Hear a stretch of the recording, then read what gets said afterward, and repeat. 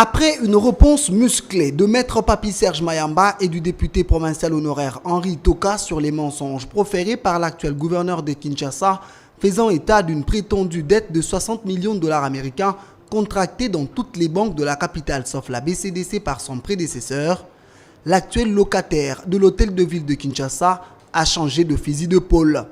Il a décidé de se lancer dans des actions purement terroristes avec des fake news qui traduisent clairement un faible niveau d'instruction.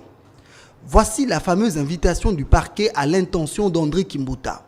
Ce document est une copie de l'invitation adressée à Vital Kamerhe et traitée en Photoshop.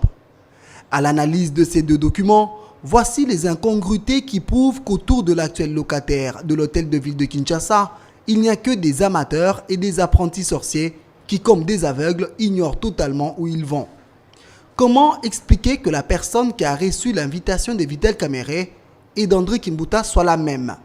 La mention AR, qui veut dire accusé de réception, est la même sur l'invitation de Kamerhe et celle de Kimbuta.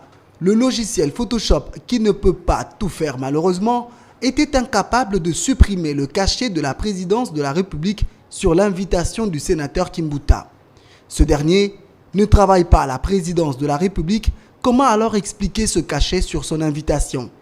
Pur et pire amateurisme des mercenaires du gouverneur. Autre élément choquant, le sénateur André Kimbuta n'a jamais habité l'avenue des Citronniers, même quand il fut gouverneur. Ce qui prouve davantage le faible niveau d'instruction des hommes de l'actuel premier citoyen de la ville de Kinshasa, ce sont les fautes d'orthographe commises sur l'invitation. Présentée sans accent aigu sur le premier E, prêt sans accent grave sur le E, des erreurs qui n'ont pas été commises sur le document originel. Verdict, c'est un fake news.